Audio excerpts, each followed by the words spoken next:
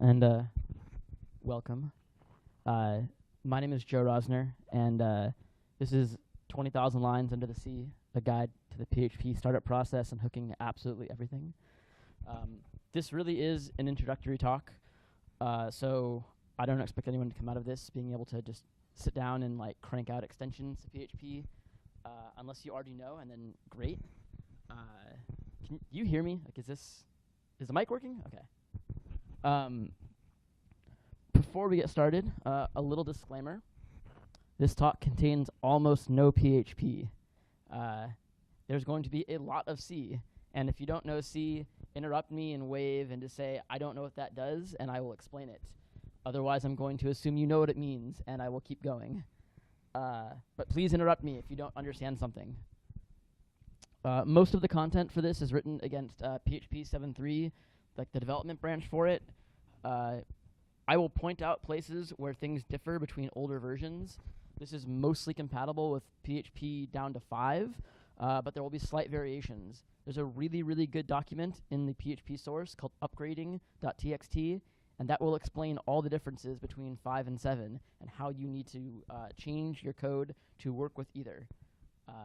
So go read that if you have questions. To get started, let's talk a little bit about why we want to build extensions. The first and most common reason is to bind to existing libraries and OS functionality. And this is a big part. Typically you'll see this like with crypto libraries, with compression libraries, math stuff, interaction with the OS. And it's typically because you have this like wealth of functionality that exists outside of PHP, and you really don't want to rewrite this stuff in PHP. Either it's difficult to do, or it's just not your core competency, and there's really good library support that's already there.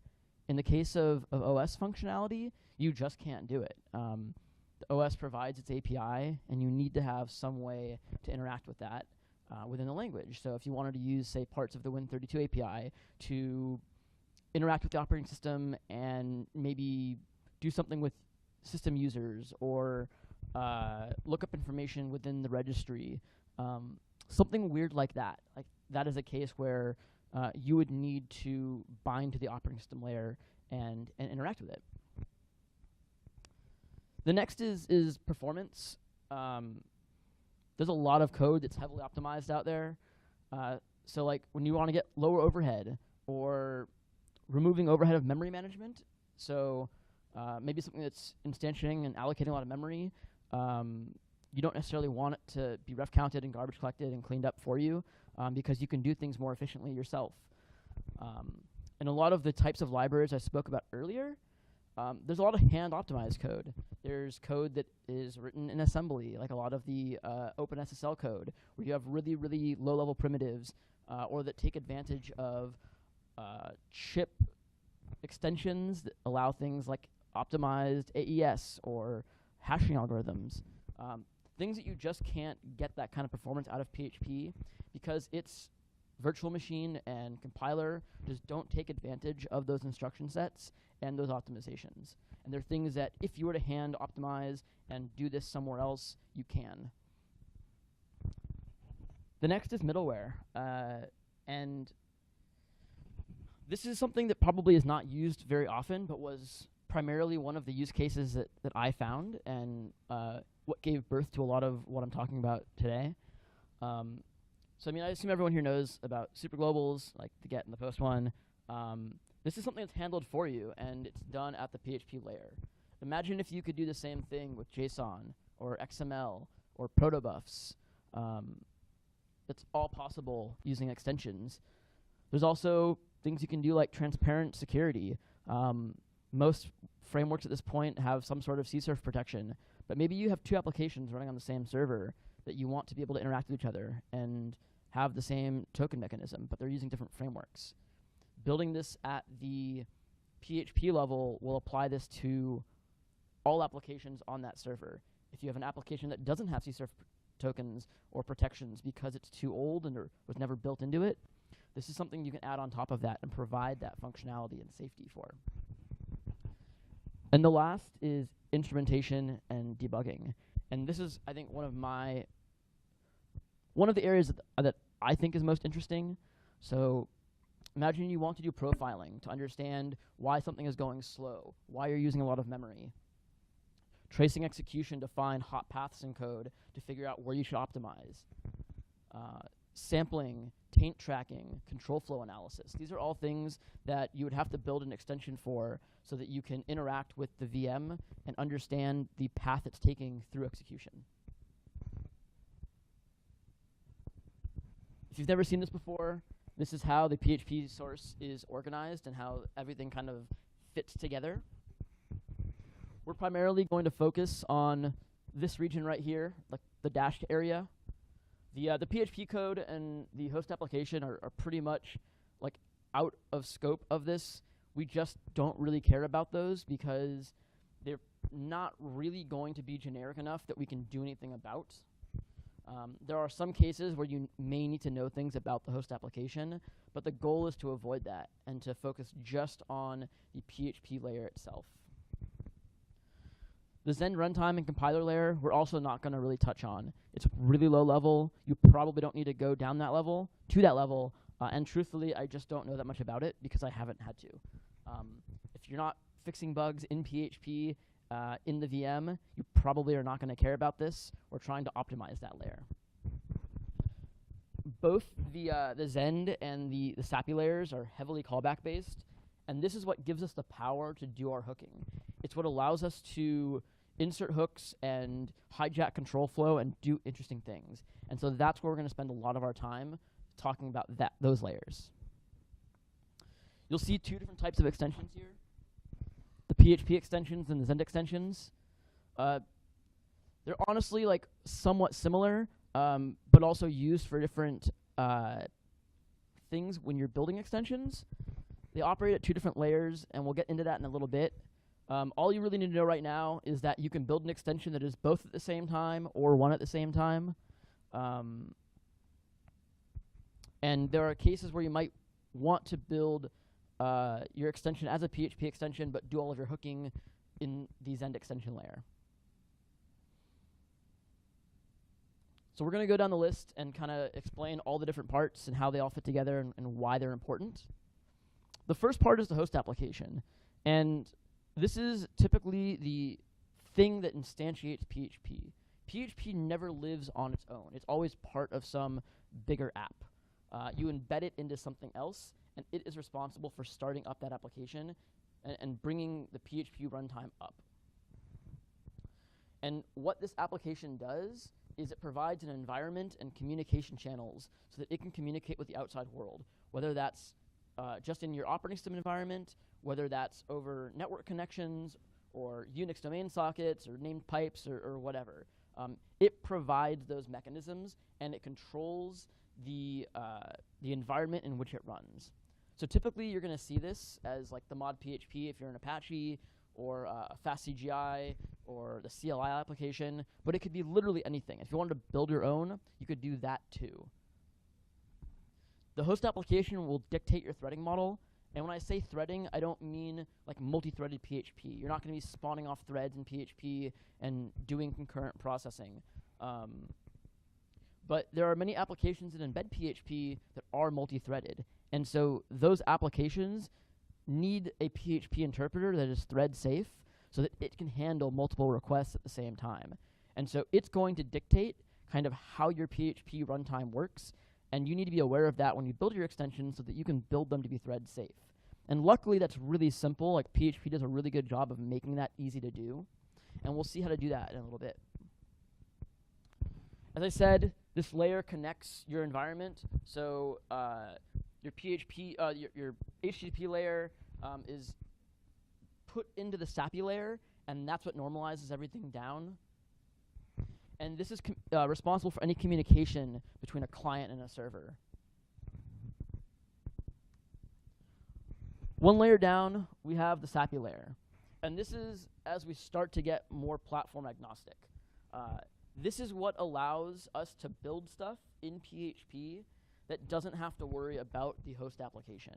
It's how we can write code that doesn't have to care how I communicate with the outside, how I write my request, how I write my response, read my request.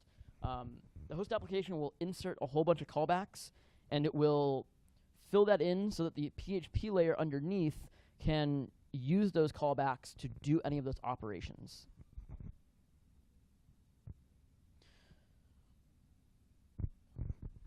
I'm going to have a handful of code dumps here. At the top, you should see a path. This is all relative to the PHP source repository, and I'll demonstrate or show how to get that in a little bit. But this is a slimmed down version of the SAPI module struct. Every host application is going to instantiate one of these, and it's going to fill in all these members. Wow, you really can't see that. Can we get lights turned off? Oh, cool.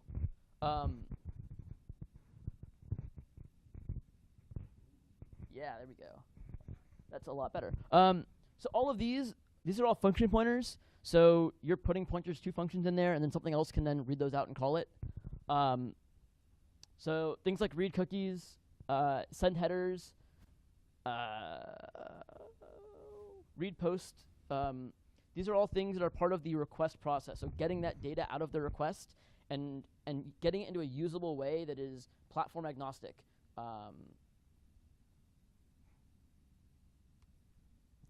Below that, we get to the PHP API and extensions. And this is composed of two parts. You have your data structures, and then you have your API and the extensions. So everything that you think about in PHP, every function you call, everything that you do is implemented as basically one of these. The standard library is built as an extension. These can either be statically or dynamically linked. And by that I mean, if it's static, you build it into the PHP process itself. So you don't load it at runtime. You don't get a choice as to whether or not you want to bring it in when you start up. If it's dynamically linked, you can specify in your PHP INI, yes, I want to load this, or no, I don't want to load this. Typically, you're probably going to want to use dynamic. It gives you more flexibility, and it's easier to distribute. It means that if you make a change, you don't have to recompile your entire PHP, which can take a little while sometimes.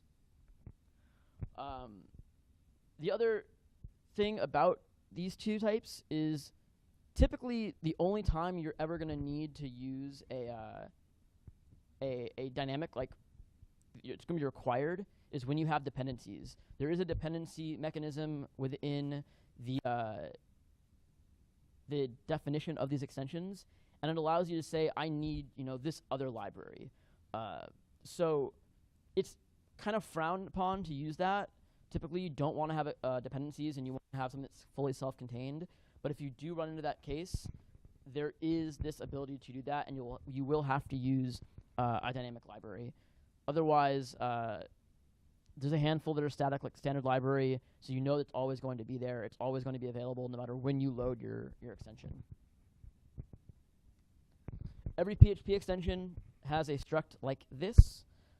This is where you're probably going to spend a lot of your time filling these things out. There's a really nice script that builds these for you, so you don't have to do it yourself. But basically, what you really care about are these right here.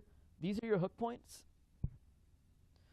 You've got your startup and shutdown functions, and these are what allow you to get really, really early hooks. So as the extension is being loaded before requests start happening, same with shutdown. As the server is shutting down, you can interact with it there. You also get before and after requests. So before the PHP code is run for a request, you can execute code, and then after it has been run before the connection is finished, you can execute code, and that allows you to do like cleanup and set up for request local information.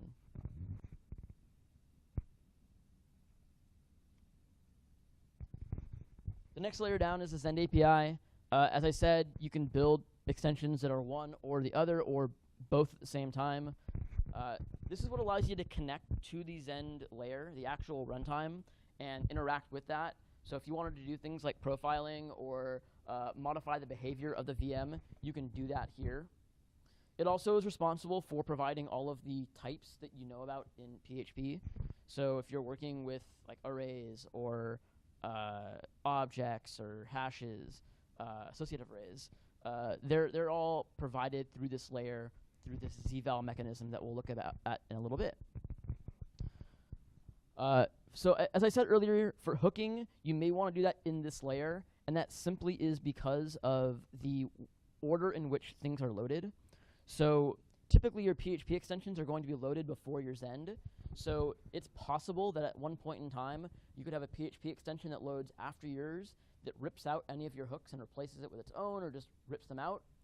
By doing it at the Zend layer, you're much more likely to execute after all that has done, and you can have the final say about what function pointers are put where. As such, these can only be built as dynamic extensions, so you can't build these statically. There just is no way to do that. Another dump of the struct, every one of them has one of these. It's somewhat similar in terms of what it provides in terms of callbacks, but has a lot more stuff based around interaction with the VM. We're not really going to talk much about this, so I'm not going to spend a bunch of time. And then lastly is the Zend and compiler runtime. This is the thing that compiles and runs your code. You probably don't want to be down this low. You're probably going to have a bad time if you are. And if you know how to do any of this stuff, you probably know more than I do at this point. So you should be up here instead. So before we dive into hooking, let's look at how the startup process works and how PHP goes from a cold start to the point where it can start accepting requests and how that process works.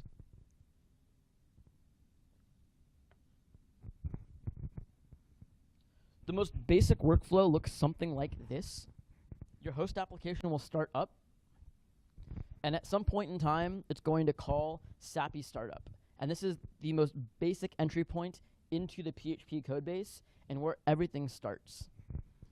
This is responsible for the very early initialization and exposing the sappy module, which is that struct that I mentioned that every host application exposes, into the runtime, so that the PHP runtime knows where that thing is, and it can get access to all those function pointers.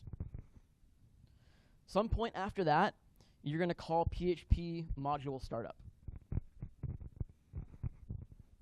And this is what sets up the PHP runtime and loads the Zend modules in. This will call your PHP register internal extensions, and what this does is it loads and initializes all of your statically built PHP extensions. So anything that was built into the binary, it's going to go through and it's going to run all of its initialization functions, so all of its init functions, and get the environment running in a stable state where it can start moving forward. Past that, it calls the Zend startup modules, and this is what loads all of your dynamic modules. So anything that's a PHP extension that is dynamically built, it will go through your INI, and it's going to look at all of them, and then one by one go through and initialize all of them. And this is probably where your code is going to get initialized. Below that, you have the Zend startup extensions, and this loads your Zend modules, the one that was below the PHP extension, the last one that I mentioned. And it will go through and run its initialization and get that ready to go. After this finishes, the application is more or less ready to start accepting requests. And it's dependent on the host application to wire that up and have some kind of mechanism for doing that. But it can start processing at this point the same way that it will at any other point. So this is, for the most part, a very slimmed down version of what you need to do to build your own host application. Is basically just these function calls right here.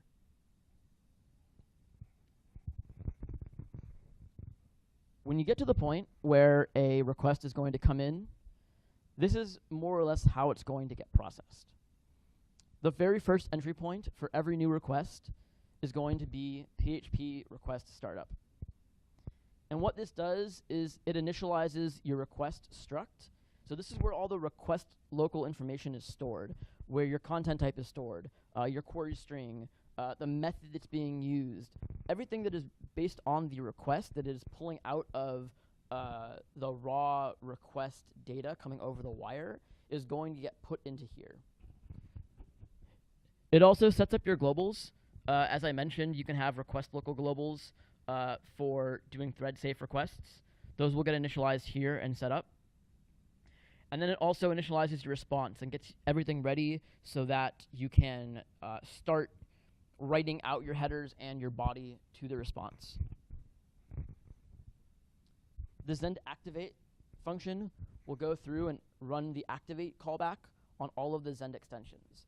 And this is the first entry point that all the extensions have where they can execute code that is request specific.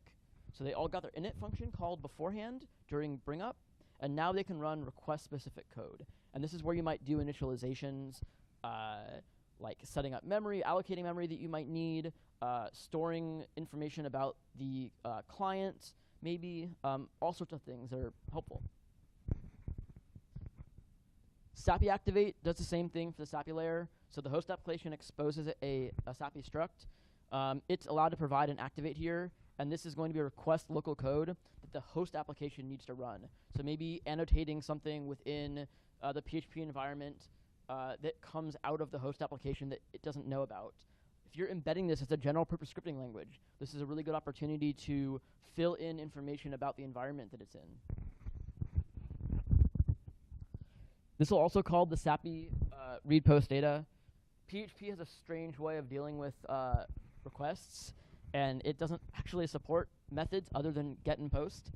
So like it won't read the body. I mean, it'll bring it in as like a stream that you can interact with. But if you want it to be brought into like a super global, it's by default not going to be there. And this handles that. And there's a big table that it looks up the content type, and then it figures out what callback to call. If you wanted to add support for more methods or for more content types, you could do that here and just modify that table and insert new records through your extension. PHP hash environment is used to get your super globals all set up and basically get the environment up and running. So it brings all that data in from various places and puts it all into one place where the PHP runtime and like your code is going to get access to it. Zend activate modules is going to go in and run the activate code for all the extensions. And then Zend execute script is going to actually run your code and go through. After this, there's some shutdown stuff, but it's not really all that interesting. It kind of does a lot of what's above the Zend execute, but in reverse, and just runs through that to clean up everything. So now that we know how all this works, how do we get started? How do we start building extensions? The first thing you're going to want to do is get yourself a debugger and a really good C IDE. The PHP source code is a mess, and it is full of macros on top of macros on top of macros. So having functionality in your IDE or text editor that can unwrap all those layers, take you to definitions of things is going to be super helpful. On Windows, like Visual Studio is pretty great. I'm on a Mac, and I like VS Code. The debugger support's pretty good if you know LLDB or GDB. But you will thank yourself once you have a working debugger. It took me like a week to get set up and working on here because of OS 10's like symbols and how Mach-O does its weird stuff. But like it is a lifesaver when you start getting seg faults and you don't know why. All the code is available at git.php.net. So you can just like clone the repo there and then get going. Right now I'm developing on 7.3, but the code is pretty compatible across different versions. As I said, there are some differences between 5 and 7, but for the most part, the internals, like within a major release, are pretty consistent, and your code will work across it, but you will need to compile. You know, say you're building for 7.3, you're going to need to compile for 7.2 or 7.1 or 7, but your actual code should be compatible. It uses the standard autoconf tools to build, so just your /configure, make install. You're going to care about 2 flags, though, specifically. One is enable debug, and this will give you really nice debug information, as well as enable you to get your memory leak profiler enabled by default. do this. You will be so happy that you did. Prefix is the other one. This allows you to install into a different area, so you're not going to install into your standard installation area, overwriting your actual PHP interpreter that you use. You're probably going to build bad extensions that segfault, and things will break, and all of a sudden you will not have a working environment. So build a separate one that is somewhere else, and do your path hacking, and make it so that you can run both at the same time and not be upset. Otherwise, like, there's a handful of flags you can pass to it to enable like different libraries you want to link against. Just go to your OS's like package repo or however it does packaging for it and see what they use. That's more or less what I did with Homebrew, and I got like a long, super long like build flag chain, and now it kind of works pretty well. Let's see. So I'm going to attempt to do this live, and we're going to build some really, really basic extensions.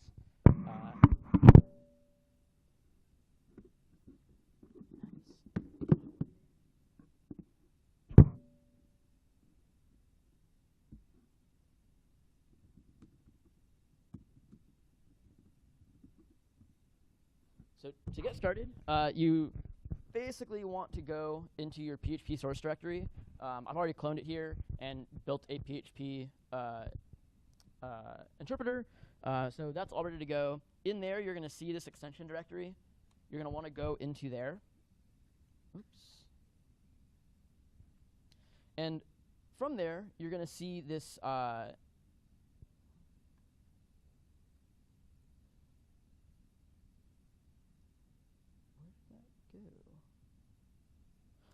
whoops.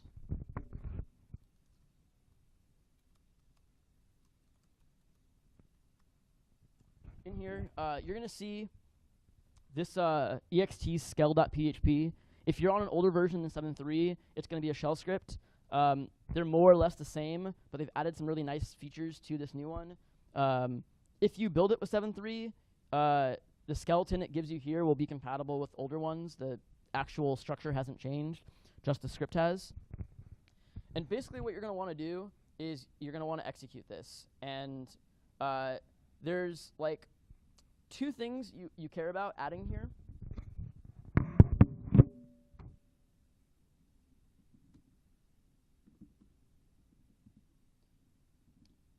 You want to have ext, which is your extension name.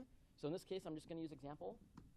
And you're going to want to do dir. And this controls the directory that it's going to create the folder in, and it's going to put all those skeleton files in place. Otherwise, it's going to put it into the ext directory, which is where all the standard PHP extensions live.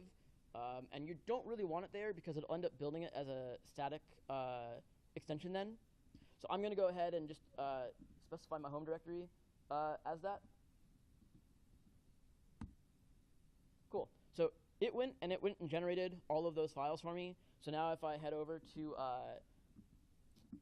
home directory and example, we see this. And this is what it gives you. There's a couple more steps we have to do. So the first is, let's open this in editor. Example C is where all the code is going to live. And as you can see, there's really not much here. If we go down to the bottom, this is that Zend module entry that I explained. This is where everything lives. This is how the PHP runtime knows about everything. You get some standard stuff filled in for you that you probably don't care about changing, but if you need to, you can go and not use that. These are all your callbacks right here. So these are all set to null. If you don't want to use them, you can leave them as null. If you want to add them in, you can. This is how you expose functions out of your C code into the PHP environment where PHP code can run them. So you'll see right above, right there, we have the Zend function entry. And basically, this is an entry for every function we want to expose. We see two entries in there right now. If we go up, we'll see those two functions. As I said, there's tons of macros everywhere here.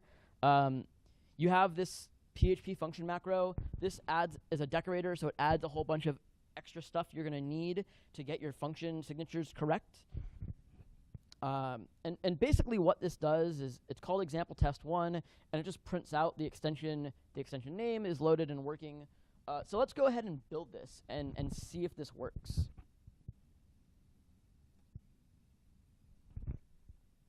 So to do that, we have one other step we need to do, and that's we run phpis in your extension directory. And what this does is it goes through and builds out all your autoconf tools and gets everything ready to go. So now we're ready to actually compile.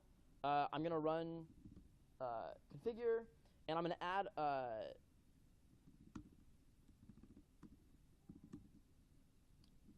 some C flags here.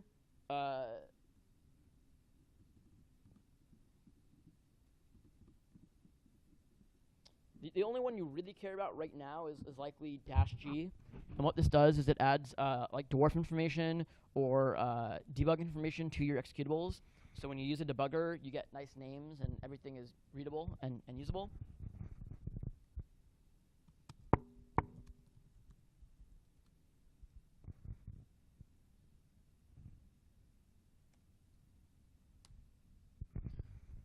So we're going to run through, we're going to build this. Looks like it worked.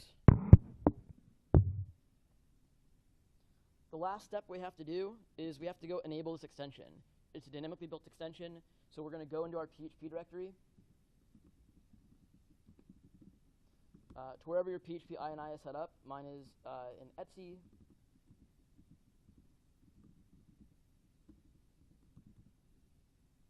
And I'm just going to add the extension.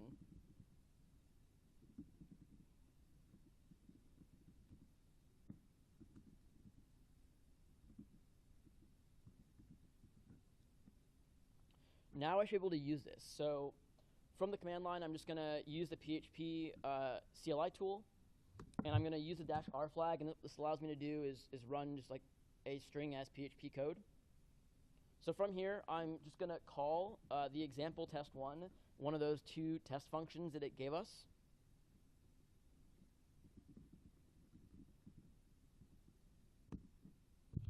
And it says extension example is loaded and working. So we've now executed code that our extension has provided. We're now calling functions that we've written ourselves.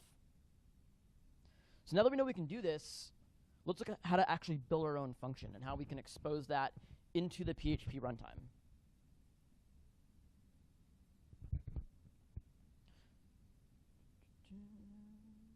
Get back over there. If I can find my mouse. All right. It's not super picky about where you put things. Standard C like style guide stuff, like figure out what you want to do with it and do it. C is very picky though about having forward declarations for functions, so do be aware of that. I think a good place to put it is probably just like, I don't know, like right here above our Zen function entries. So as I said before, every function you declare that's going to be exposed to PHP, you need to use this PHP function or write the stuff that it does manually. So we're going to create a function and we're going to call add. And it's just going to take 2 numbers and it's going to add them together, just like plus would do. So we need 2 things. We need storage for those 2 numbers. So in this case, we're going to use along the C type. So we declare these as we would any other C type of variable, just the name and the type. And the PHP function hides the fact that we accept parameters. You don't actually pass parameters through here. You use this other interface to get the parameters out of how PHP passes it to you. So we're going to go and we're going to read those parameters out of there. So to do that, we're going to use this function called zend parse parameters.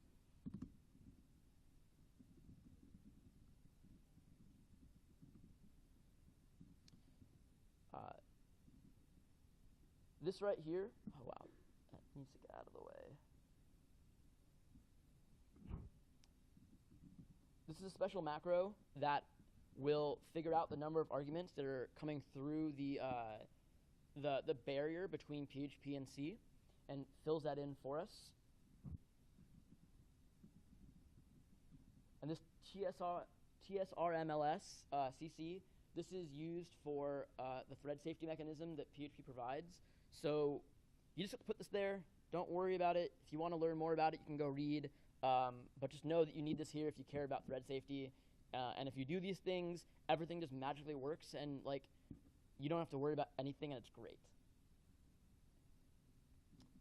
We then need to specify our types.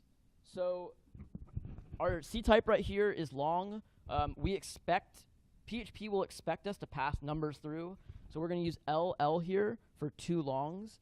There's a whole bunch of different letters here for every single type. So you get arrays, you get floats, you get Z-vals, which are this opaque type, which we'll get to in a little bit. And basically any other type in PHP that you might expect, you can get through here. And there's different letters for those. We then need to use references here for the 2 different places we're going to store those. Really important to use references. If you don't use references, it will not work.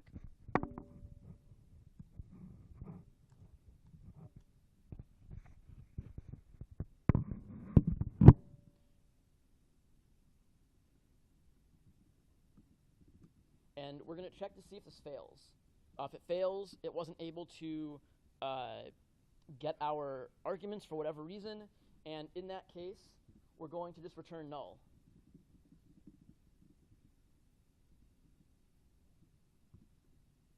If it does succeed, we're going to return a long, and we're just going to add the 2 values together. Now, you noticed I didn't use a standard return statement. In PHP, you don't do that. There's this like ret value that's hidden away from you that you don't really see, but you can manually use. This macro will do all that work for you.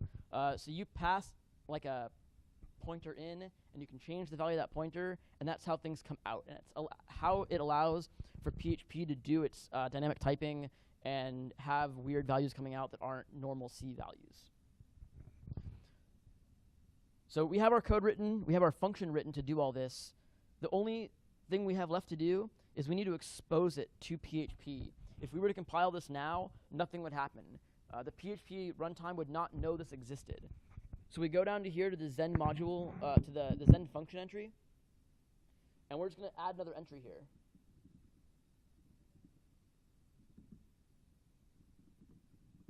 We're not going to worry about the arginfo. It's not super important right now, so we can just null it out.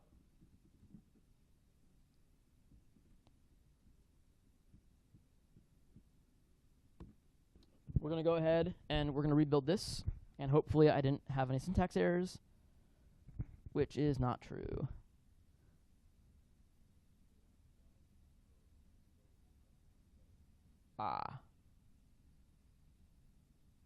Yep, thank you very much.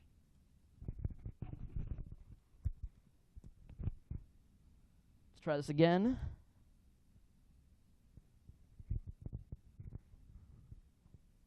And it built.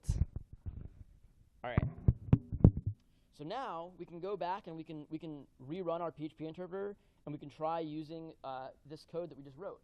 So we'll do php-r again, and we're going to need echo here because it's just going to return a value. It's not going to do anything with that. So let's call add. We'll pass it 2 numbers, and we'll see what we get. Feedback 3. So we've now implemented our own add function to PHP. Even though it's PHP, we can get some type safety. Say we want to pass in a string here. It's going to complain that it expects a parameter 1 to be an integer, and we've passed it a string. So by using those Zen parse parameters, we can enforce type safety, and we can ensure that we don't have the wrong thing coming through. If you see like the mixed there, that's coming through Z-vals, and you have to enforce that yourself manually. Get back over here.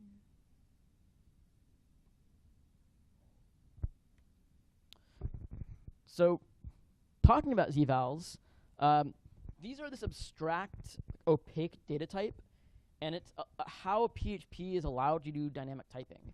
So it holds the values and specifies a type for any type that you might have. And it also is how PHP is allowed to do ref counting and garbage collection. So it keeps track of who has references to what, and then when it reaches 0, it will free up that memory. Like most languages that are dynamic, you can use reflection and introspection of these. So if you wanted to find out what a zval was, you can look at it. You get these like z-type p, which will take a pointer to a zval and dereference it and tell you the type that it is. And to interact with that, you have this like is long, is string, is array macros that you can use, and you can check for comparison between those if you want to act on it, or like a switch statement. You also get return values like we saw in that extension example. This is how you return anything out of a function. If you want to create new ones, you get zval and just specify your real type in there, and it will do all the magic for you. Zen types.h is where all this lives, and you can read more about how that works. Allocation is a painful topic. Just like C, you have to manage your own memory. There's a handful of different ways to do it. 2 are the most common. You get all these malloc implementations, and basically provide you the full suite plus some like string functions and a few other things. This is for ephemeral data, anything that's going to live for the duration of a request. And PHP differentiates between stuff that lives longer than a request and has these like PE functions for persistent. Depending on what you want to do, just pick the right one. Anything that you can do with like malloc, you can pretty much do with these. Don't mix and match your freeze. You will get seg faults. So if you use emalloc, don't use PE free. You're going to have a bad time. All that exists in the Zend alloc header. There's a PHP INI entry, report mem leaks on. Turn this on and you'll get the memory leak helper that kind of tells you like where things are happening. It'll give you addresses. It'll tell you like line numbers where things happen. Super helpful for tracking down memory leaks. I talked a little bit about concurrency. Basically, this is the stuff you need to know. And past this, like, you can dive in if you really want to. You get this thing called Zend thread safety, which just means that your PHP interpreter can live in a multi-threaded environment. It's provided by TSRM, or the Thread Safe Resource Manager. And the way that this works is basically all of your thread safe or request local storage is built into a structure. And every request coming in creates a new instance of that structure and gets an ID. And that structure goes into an array, and every request can go and look up its ID in the array and get access to that and interact with it that way. You have these macros like PG or your extension _G or SG. These are for globals, so like your thread safe globals. You always reference things through here. So anything that's in that struct, you're going to reference with this macro. Don't spawn threads. I can tell you horror stories of doing this. The way that PHP operates in different environments is going to be different. Whether you're using a threading model or you're using a forking model, you can get into situations where you can deadlock and have locks that are held that you can't free. Find me after if you want to know more. Like, it's really, really bad, and I spent like 3 weeks trying to find a new solution to this. The way you build this is actually really simple.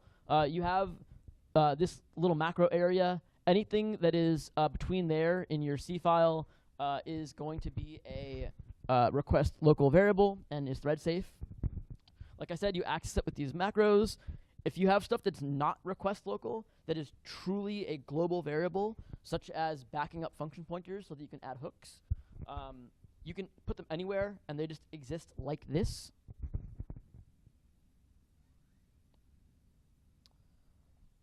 I'm running low on time, but I wanted to have one more example of actually building some interesting hooks.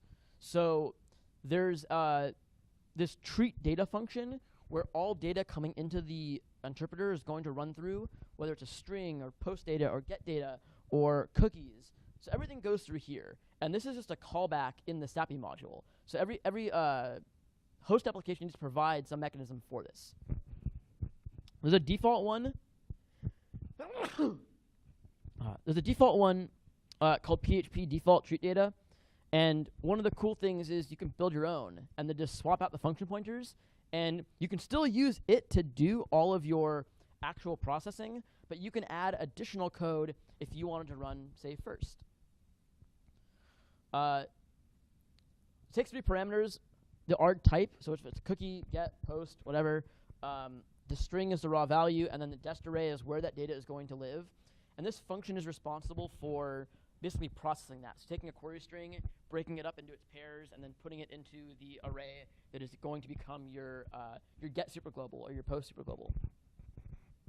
So we can write our own here. And what this does is it will look at the cookies, and it will find any cookie with the name bad cookie, and it will skip that and not put it in there. So it will completely bypass that cookie and not load it in. It's a bit of a contrived example, but it shows you how to build this. And basically the way this works is at the very top, you see we're calling eStirDupe. This creates a copy of the cookie string out of the request structure. This is that global structure that PHP provides. Everything for the request local stuff lives. We copy that, and then we allocate a new buffer that is the same size, because we know that we're never going to have more data, only less. We're only going to take data out. We then use the standard string tokenization functionality to find anywhere where there is a semicolon, because the way the cookies come over the wire is cookie name equals cookie value, semicolon, and then it continues on. We find every specific cookie. We look at the beginning to see if the cookie name starts with bad cookie. If it does, then we skip it, and we don't do anything. And if it doesn't start with bad cookie, we go here, and we just do a string copy, and we copy the value of that cookie pair, like the name and the value, into the new array that we've created, and we continually build up this new buffer of that same data minus any of the bad cookie stuff. We then replace the original cookie data with our own. So now when we call the original treat data, which we have swapped out the pointer to, it's going to go and read that same data, but the cookie data will be missing. So doing this, the swapping out, is somewhere you'd want to do in your extension init function. So there's that minit callback, and that's what will allow you to swap out those function pointers. And basically you just access it, save the pointer to a true global variable like I showed there, and then replace the function pointer with your own function that has the same signature, and it should work fine. If you want to see it afterward, I have a real example from this code that I can show you. I just don't have time to kind of go through and build it. But you might be saying, we need earlier. We need to get faster. We need to get earlier to before PHP starts building stuff up. There's a whole bunch of other places you can do this. The SAPI module activate is a great location. It gives you a lot of flexibility. I don't have time to go too much into that right now. Make sure you handle allocation, deallocation. This is the structures you're going to be working with. This is your globals for like the SAPI global that your host application is going to expose. There's tons of really cool stuff here, places you can hook, data you can change, or data you can key off of based on the environment and the request. Don't touch this unless you know what you're doing or have some time to like play around and like break things. Additional resources. There's not anything as far as I know for PHP 7, like strictly. The only place I've seen is the PHP internals book. And when I started on this, it was not written for 7. It now has been filled out significantly more. The writing is not particularly great, but it's really helpful as a resource. These two are books. They're both great. They're a little outdated at this point, but mostly it's pretty easy to go from 4 and 5 up to 7 if you're working with 7, or if you're still on 5, they will be relevant. This is that file I told you about. If you want to go from 5 to 7 or 7 to 5 and take any examples and move them, this explains how the changes from 5 to 7 work and what you need to modify in your code to be compatible. And then there's that whole ext directory in the PHP source. Go there and look at other examples. There's tons of them, and there's a lot of code out there already that does this stuff. Don't go to freenode #PHP. They're assholes and will yell at you because apparently PHP extensions are not on topic. So not super helpful. But yeah, this is basically where I got all of my information from, and then just diving into the source code. I may have time for questions if anyone has any, or I might get kicked off. Cool. Thank you.